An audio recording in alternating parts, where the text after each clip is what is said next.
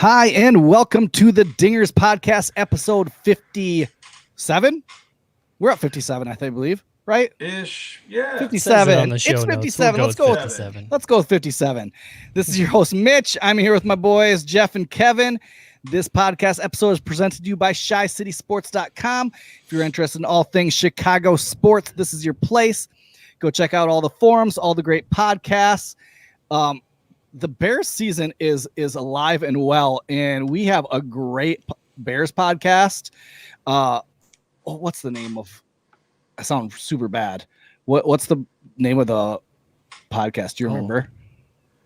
Hang on, I got it. Chi City. The thing is, keeping it 100, I think, or something. Yeah, keeping it 100, but they have like the. Oh my goodness! I just watched them yesterday.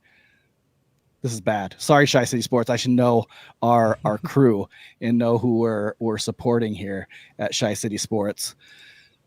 But go check out all the podcasts. The White Sox have a podcast. It's pretty good to listen to. I've listened to that a couple times. Just kind of figure out what the White Sox, how they're being so successful. There's the Bear Down podcast. There's the Keeping It 100. All part of a great podcasting crew at ChiCitySports.com. So yeah, go check out ChiCitySports.com. But how are you guys, and how was your guys' weekend? Oh, I'm doing pretty good. I had a nice weekend. I enjoyed an Iowa football victory with some buddies, drinking some beer, a little tailgate food, even though it was hot. It was nice. Ran into Kevin a couple times on a walk, and I was really shocked to find out his wife is not 5'9". She's 5'1". Blew my mind. That was pretty funny. One of the first things he says is, "You're shorter than I would have thought." Not the lead you want to go with when talking to a female is. It was a bold move, Cotton. Soccer. How about those Hawkeyes? Yes. Oh yeah. We are ranked number 5, baby. I know we're a Chicago Cubs podcast, but we are all Iowa Hawkeye fans, and we're from Iowa.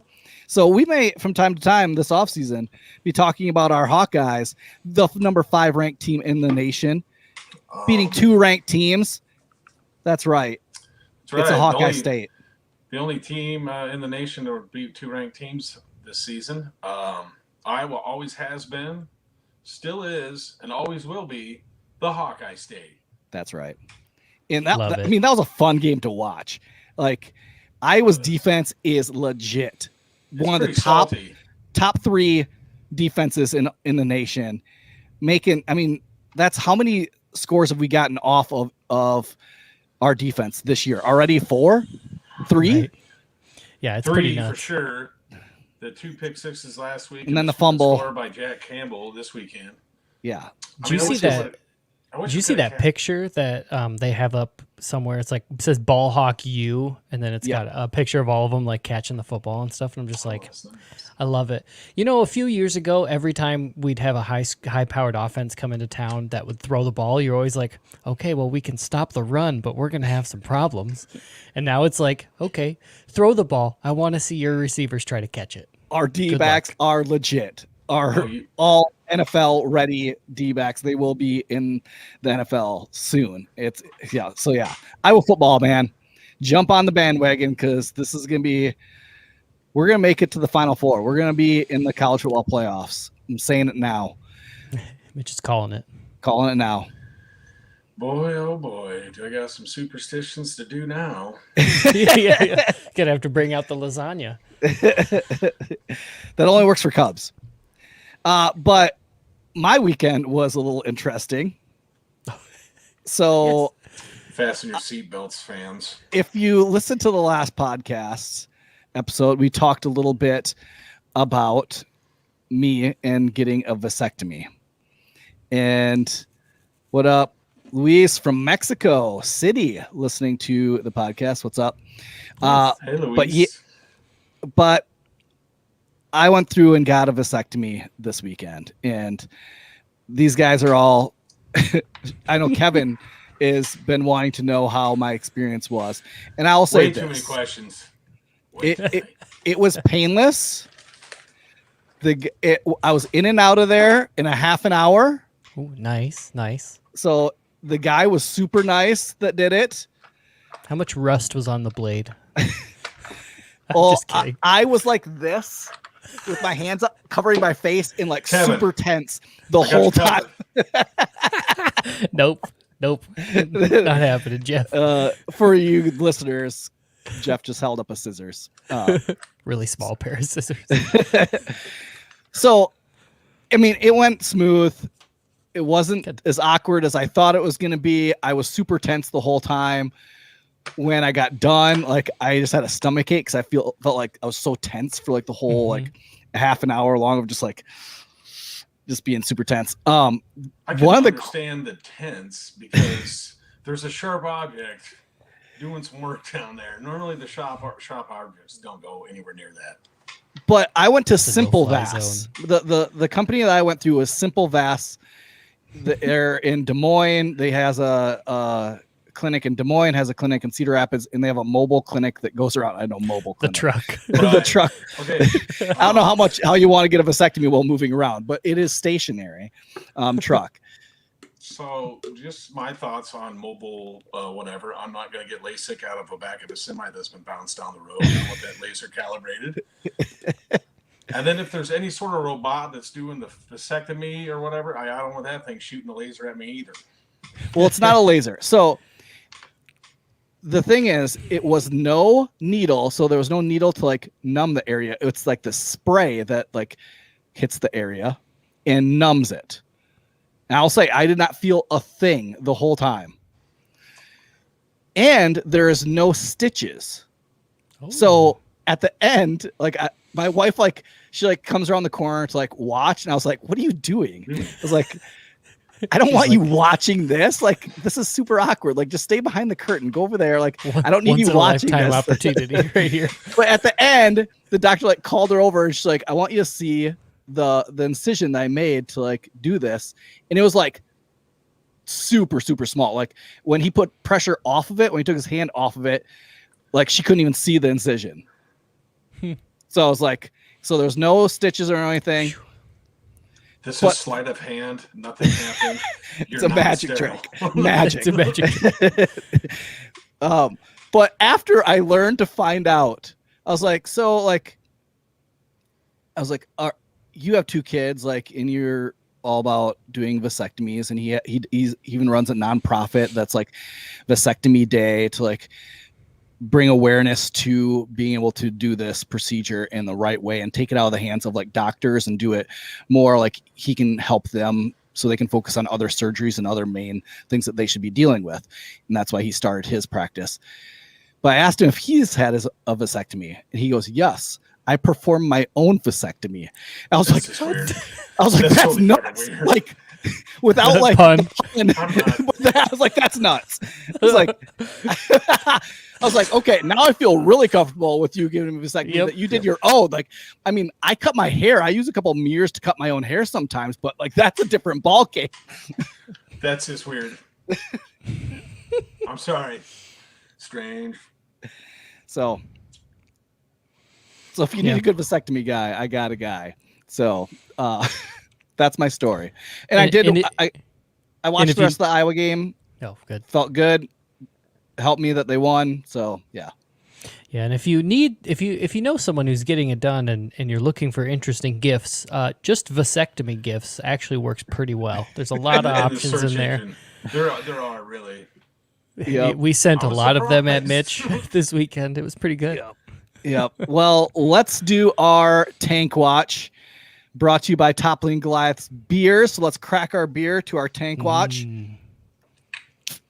What are you drinking tonight? I got a Pompeii, one of my favorites. Just a Pompeii IPA. It's pretty tasty. I'll be right back. I have a Cherry Fandango, and I highly recommend Cherry Fandango. It is like having like a cherry pie tart in liquid form. It's really, really good. Goes down smooth. Just a hint of cinnamon, a little sweetness. So if you like sours, this is great. If you've heard, they do like a Dragon Fandango. This is kind of a little spin on that, but I love me some Cherry Fandango. So that's what I'm going to be enjoying tonight while we talk a little bit of Cubs baseball. Yeah, looks like a nice red beer. Looks tasty. Oh, there goes Jeff. Yep. Oh, and he's going to town. Our tank wash, let's update where we currently are. I think last week we were sitting in the 10th draft pick. Now we are in the 8th. Hey, Moved up to 8th. We've lost 3 in a row, moved up to 8th spot in the draft. Now, we do know it really doesn't make a difference. It's a baseball draft. Nobody sits and watches the MLB draft, and really picks 1 through 15 are pretty much the same. They have their guy that they're targeting that's going to fill a role in their system. We get it, but this is just fun. It'd be great if we could get up to a top 4 pick. I mean, those are where the best players in all baseball get picked that's available, but we're just having some fun. But Tank Watch brought to you by Toppling Goliath Beer. Get your Toppling Goliath beer. Big beer brewed in small batches. So we're sitting in the 8th pick. Yep, it'd be nice. I think we got at least 2 more against Minnesota. If we can lose 2 of those, we'll move up to number 7. Got Miami's up ahead of them. Do you think there's some teams in reach? Sorry, what? Do you think we'll be able to lose those 2 to Minnesota? I don't know. We just got swept by the Giants. Who knows? Yeah, but the Giants are good. So, yeah. So there it is. Talking about the Giants in this weekend series, it was pretty emotional. I know for me, Kris Bryant back at home, the return of the King. If we kind of did a little play on words, titling our episode tonight, the return of the King, kind of like Lord of the Rings. I had nothing to do with that. But it was emotional. I remember Friday watching them play the tribute video, and Bryant's crying. I'm kind of tearing up, just thinking all the emotions that winning Friday, the World right? Series. Yeah, Friday. Not and so Saturday. So I don't know. It was sad seeing him return home, but what wasn't sad was the way we welcomed him as Chicago fans. Mm-hmm. And not only on Friday, they were still giving him standing ovations on Sunday, every at bat. And you just compare that to how the Mets fans treated Javi. And it's that doesn't happen. Players don't go back to the Mets a year later and get treated like we've treated John Lester, like we've treated Kyle Schwarber, like we've treated all the guys that have won us World Series, that have done things. We're different. We're different here. And I don't know. It was good to see. Here. Good to see Chicago fans doing that. But what was your guys' emotions kind of watching Kris Bryant back in the friendly confines? It's still weird to me to see him in black and orange. Does not look natural. And the off-white or the gray. It's just, and the number 23 is kind of throwing me for a little bit, but I'm sure he was glad to be back in Chicago. He could stay at his own place and sleep in his old bed. But yeah, super, super high emotions all weekend for him.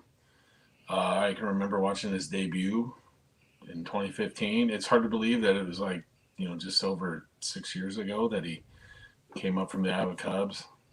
It's just hard to fathom that his second year in the league that he helped us win a World Series. Yep. Yeah, I agree.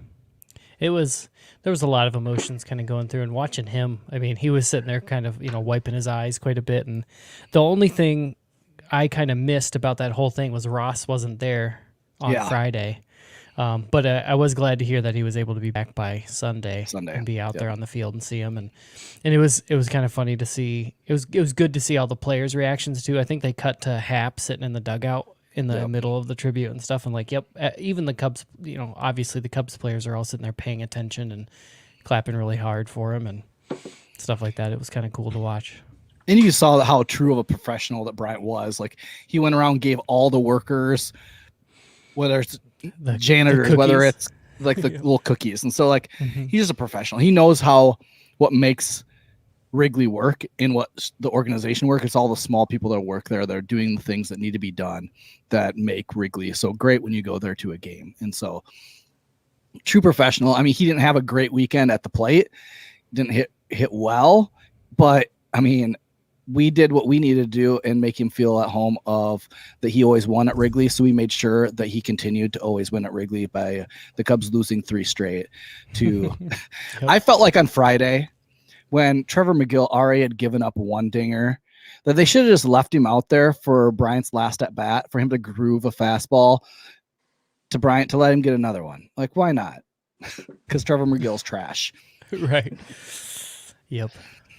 But I mean, it was just a difficult weekend to watch Kris Bryant play in another jersey. But hopefully, the offseason, we do some moves, we work some magic, and we give him a good deal to hopefully he signs back. I don't think that's going to happen, but would love to see him back in pinstripes. But one thing I wanted to talk about tonight was Ian Happ. When we've talked about him, I think it was like 2 episodes ago when he first started getting hot, and he's seen a little bit of resurgence in his bat.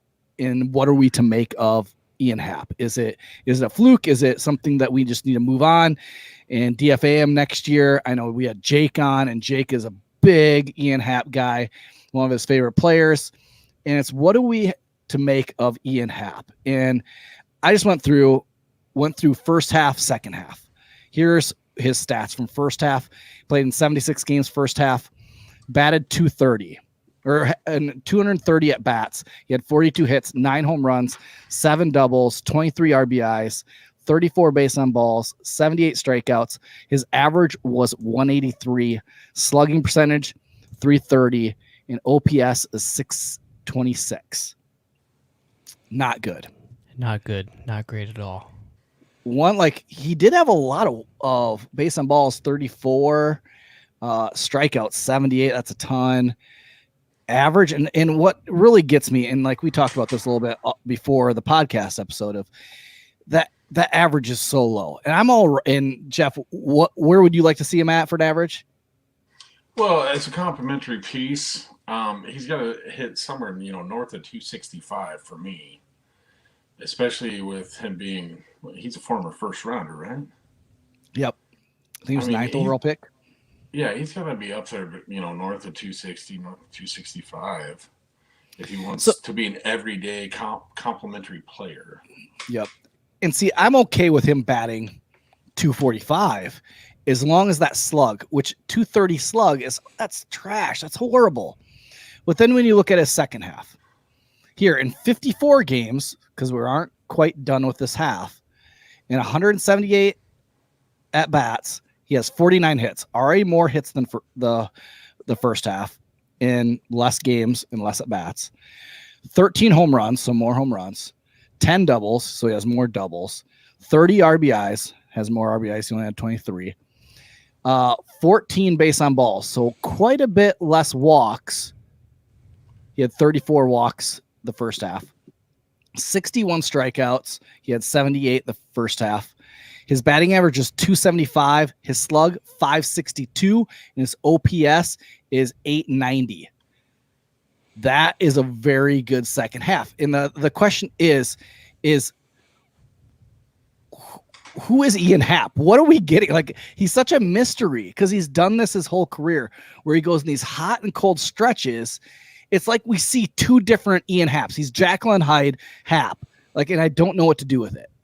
Well, and I think his approach has changed because I think in the first half he was very passive. He was playing kind of what had been his game for a while, which was he knew the strike zone and he tried to make pitchers pitch him into the zone and stuff he was like batting that. lead off, so he kind of had to do that. Yeah, exactly.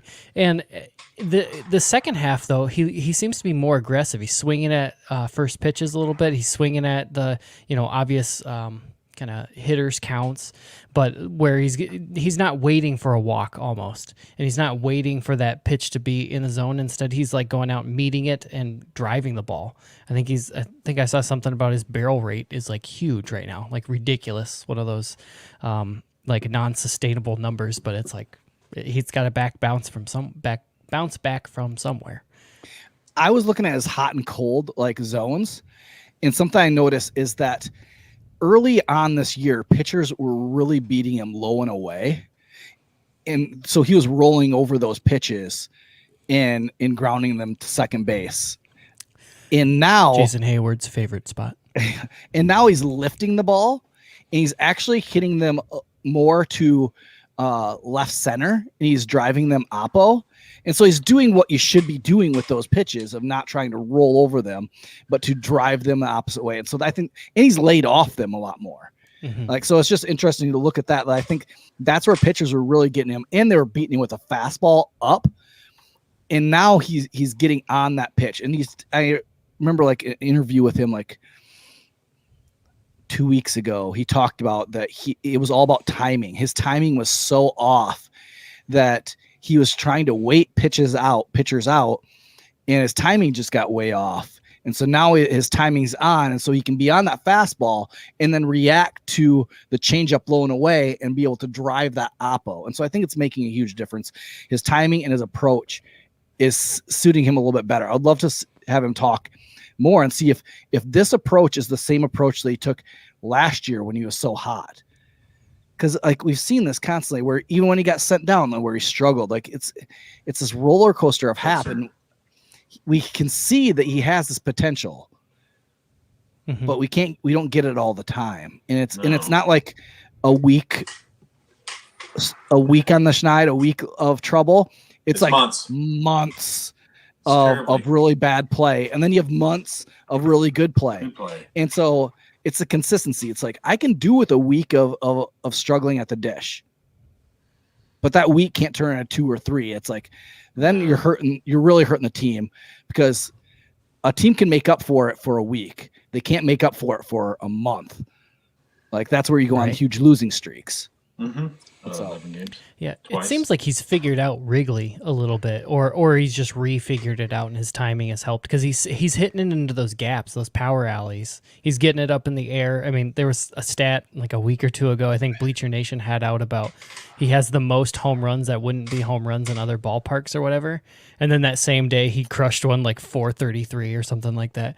But it was one of those things of like, yeah, those aren't home runs in other ballparks, but he's also hitting it to the power gaps and just lifting the ball and letting the wind carry it, which is what you can do in Wrigley in the summer. So seems to have just figured it out. I just really hope they leave him out of the leadoff spot. It seems like his struggles really like are magnified when he's hitting leadoff. Like, I think he feels better hitting a little deeper in the lineup. And I think when he started to get hot, wasn't he like batting 7th?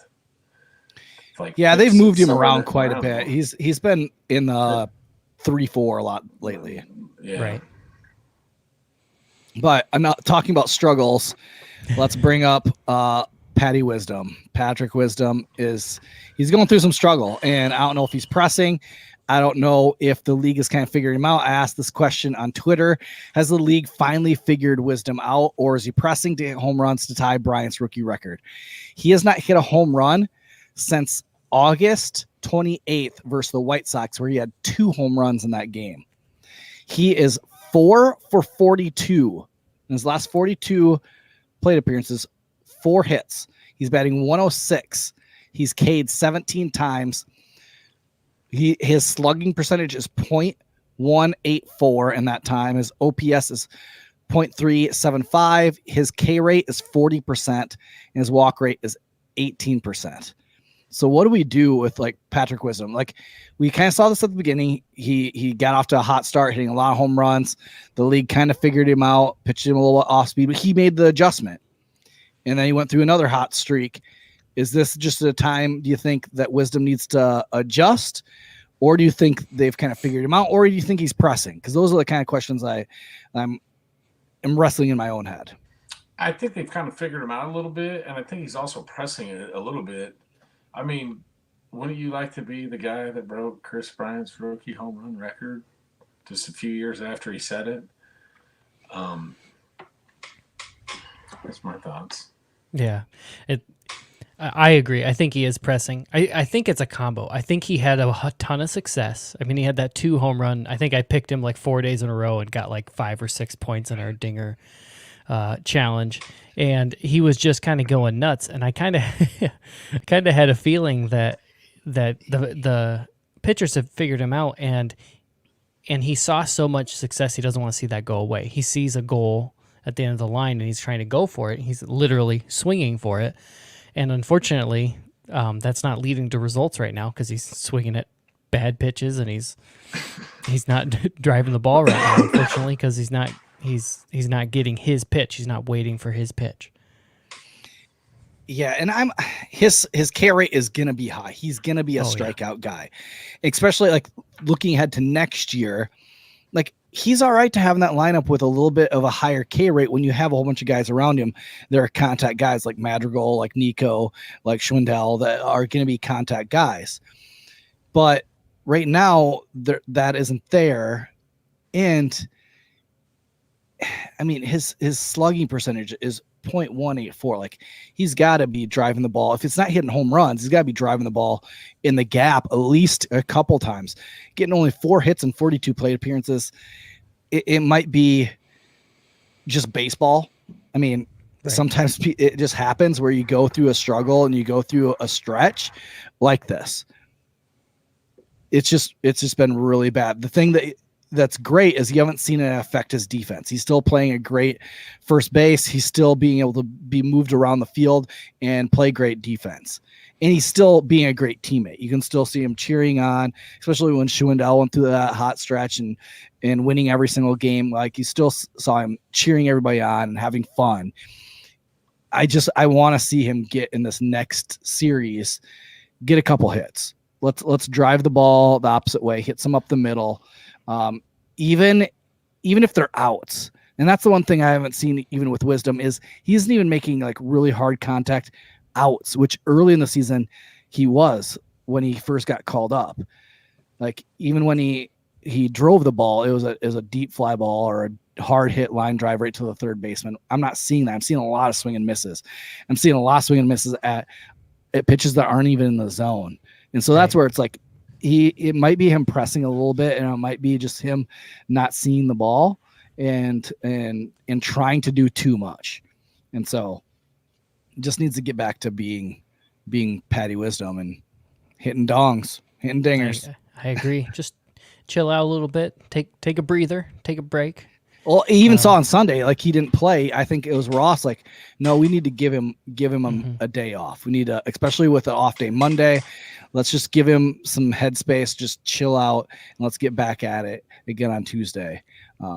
So I liked it. I like that we gave him a day off, and so maybe this week we pick him for a dinger, and we get a point for our dinger challenge. That'd be great. Other big Cubs news: Brennan Davis. Big friend of the pod. I just tweeted out our interview from earlier this year with Brennan Davis. Got bumped up to Iowa with the Iowa Cubs. I'm super excited because he's going to be in Des Moines once they get back from their road trip that they just went on, which stinks. Like they just go on a road trip. We're from Iowa. We're close to Des Moines. We were going to go to watch Brennan Davis. Well, they're playing away. So I know they come back to Chicago come back to Des Moines the 28th, I believe, of September. Right. So hopefully we can go watch Brennan Davis. I did message him today and asked him if he would do a episode on our podcast again. Well, with the kind of the end of the year, because we had him on the beginning of the year, and just kind of talk about this year and how he attacked this year and how he grew this year. So he did agree that he would love to jump on our podcast. So look for that in the next couple weeks that Brennan, maybe we can do it live down at Principal Park when he plays at home. So Brennan, we're excited for you. Congratulations on being moved up. Friend of the pod. We're going to support you. You're a lifelong Dinger podcast fan of ours. So congratulations, Brennan Davis. And he also has Nico Horner is rehabbing down in Des Moines. So they're going to be in the same lineup tomorrow night with the Iowa Cubs. So might help Iowa Cubs record a little bit, having some boppers in the lineup. But yeah, it would have been easy for Nico to kind of just shut it down. He had a big oblique injury, had a little bit of a rehab stint, re-aggravated it, injured it again. And I mean, for a lot of people, he could have just tore it down. And there was an article that Tommy Perch just put out today for the Des Moines Register where he interviewed Nico. and talked about that. And he was the one who said, no, I do not want to shut it down. Nice. There's still opportunity to grow and get better. And I don't want to lose that opportunity to play in, even if it's one game. And so like, that's like what you love to see. That's what you love to hear from guys that are going to be here next year, that you love to see that he values his time, even in a lost season, of getting work in and improving. Yeah, I totally agree. I'm glad to see that he's coming back. Unfortunately, I don't know. I just have a feeling he's not going to still be with the Iowa Cubs when they end up back in Des Moines. It'd be great if he was, but I don't think that's going to be the case. Yeah, I don't think he'll be there more than 3 or 4 games. Right. Brennan's going to be there. Right. It'd be awesome to see a nice little Des Moines lineup with both of them in there, but I don't think that'll happen. But we definitely need to go because it's going to be late September, and we can go to a game in a pair of pants and a long sleeve shirt and not have to worry about sweating to death in this god awful humidity. Yeah, that's true. That is very true. God, it's terrible out. Yeah, so I'm excited to kind of see what Nico. I want to see. I know he played yesterday. He went 0 for 2. He only played like 5 innings. They're kind of taking it nice and easy. They pulled him in the middle of the game, not because of an injury or anything. Just they wanted to make sure that he didn't. He's got a little bit of game speed in there. Got a couple at bats. He ground out both at bats. But be interested to kind of listen to the game and watch the game maybe tomorrow and just see how he's doing, how he's kind of moving around, and see Brennan Davis in his first game officially in AAA. That's one step closer. I know Watch Marquee just had an interview with him and talking about him being the face of the next core. And he was like, yeah, I'm ready for it. And like, you love that from a young guy that he is. When we interviewed him, the one thing that I loved is he has a great personality, something that you can latch onto as being that kind of face of the franchise. Didn't you get that kind of feel, Jeff? Like you were in on that interview. Like you kind of got that feel like he had a great smile, he's very welcoming and very good people skills, good at communication. And like you just wanted to talk to him. A real great young man that he's confident in himself and his abilities, and he's not arrogant or cocky. I really think that he will be the next face of the Chicago Cubs in the future. I mean, he's just had a great attitude. It was probably one of the nicest conversations I've ever been involved with the younger generation. So, yep. Yeah, he seemed very personable. I think he'll be a good guy for the fans to get to see when he gets up to Chicago. Yeah, so we're gonna hopefully get you guys an interview again with Brennan Davis to kind of finish the season out. But our off season, we'll wrap up this season. We have 3 or 4 more weeks left.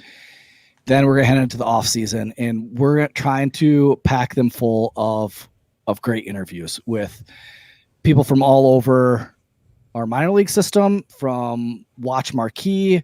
So I'll just throw out some names because we have interview lined up with Alex Cohen, the broadcaster of the Iowa Cubs, Elise Menninger. You see her on Watch Marquee. She's a sideline reporter. She does some broadcasting with Alex. If you ever go on Twitter, Iowa Cubs, and watch their blooper reel. That was hilarious. Great. Lance Brodowski, he's the media producer for Watch Marquee, and he does the Cubs Weekly podcast. Just a great dude. If you go to Watch Marquee, he did a whole bunch of interviews with like DJ Hertz, with Ed Howard, just all through the minor league system. Great dude. Just released a new prospect list. We have Max Toma. He's the South Bend radio announcer. Greg Huss from the Growing Cubs podcast. Mike Dubbs. He's a radio host of K102. Big, huge Cubs fan. I said Brennan Davis. Michael Carmi. Is that how I say his last name? I don't know, but he makes great TikToks for Bleacher Nation. So those are just some of the guys that have kind of agreed that we're going to set up for our off season. So we're not going anywhere. We're going to have some great interviews to bring you a lot of Cubs news, and there's going to be a lot of Cubs news this off season. A lot of just baseball news with the CBA going on and everything that's going to happen with that and how the Cubs react to that. There's going to be a lot big free agent signings, money spending. Oh, we're going to have at least 6 or 7 prediction episodes of who we may sign. You're going to want to listen to every single one of them. So, yeah, we ain't going nowhere. So I just wanted to get that out now so you guys can still be interested and jump in when we have those guys on the mics and here for our episodes. But that does it for episode 57. I got nothing more. I got something real quick. So unfortunately, this is, if you're listening to this as a podcast, I'll try to explain well, but Jeff's hair, Jeff is rocking a nice, if you guys have seen The Incredibles, he's rocking the Syndrome hairdo with the almost like flames above his head going up to a point. It's pretty good. Just to be clear, this is not a faux hawk. This is a faux dorsal appendage to help me cut through the choppy waters of life. All right. Makes me swim faster. That's good. Also, nice. My public service announcement is I found these M&Ms in my house tonight when I was looking for something else, and I tore them open, and I took a big handful. Let me tell you, if you don't think M&Ms can go bad, you're wrong. These are from 2018. They're terrible. Nice. Oh, I do have one more question related to Jeff's hair. Where do most superheroes live? Well, I live in my house. Nice. Cape Town. Oh, nice. Everybody's got a hook. Yep. Well, that does it for episode 57 of the Dingers podcast. Thanks for listening. All righty.